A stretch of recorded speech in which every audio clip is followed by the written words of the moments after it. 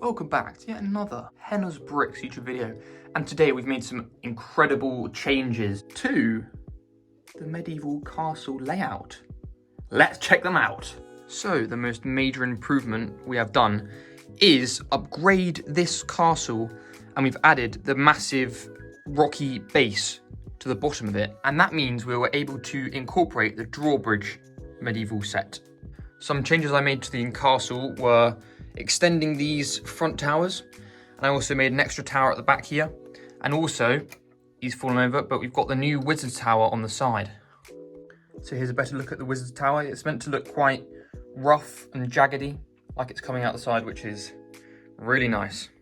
I'm really happy with the way I've made the rocks and the grass, and I've tried to include as much light grey pieces in the castle as possible and not try and include any light grey pieces in the rock, because that is pretty similar to the way they've done it in the Lion Knight's castle. Because as you can see, the natural rock is all dark grey, and then the brick stone is all light grey. So obviously I had to include some dark grey pieces because I don't have every single piece possible in light grey, but I tried to make the distinction more clear here. And the whole castle is surrounded by a moat. There is also this bridge that I made joining the gatehouse to the castle, which is quite nice and very simple. And there is now a gorge between the castle and the Goat Mountain.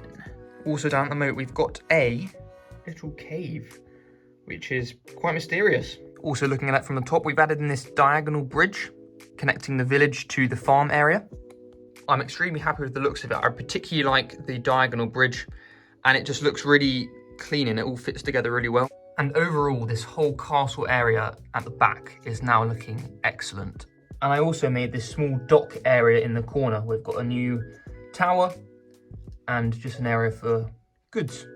So as we have taken the drawbridge from the front of the Red Castle and we put it over there, we now have made a walkway running up to the Red Castle. And that means the Red Castle is a lot more visible.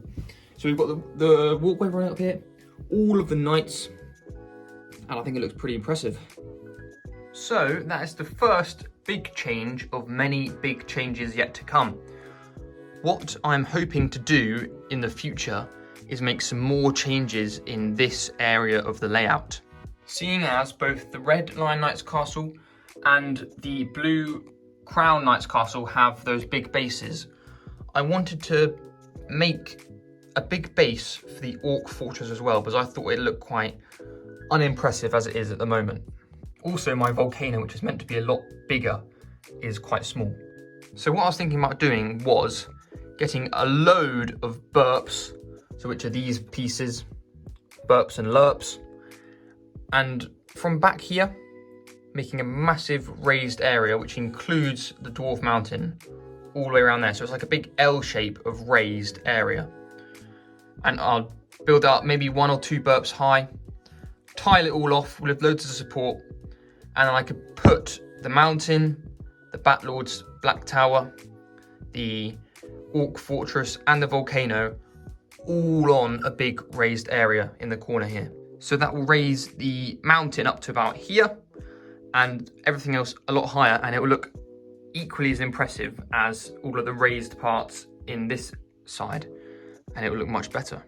And also we have a battlefield in the middle, which takes up 8 base plates, and I was thinking about reducing that, maybe even by 2, so we could spread all this out a bit more, or maybe you spread out the forest. So that's just a quick little overview of things we've done and future changes that I plan to make. So what do you think of my ideas? And are there any other ideas that you have that you think I should do in the medieval castle layout? Thank you for watching, and make sure you leave your suggestions down in the comments and watch all of my other videos because they're really, really awesome.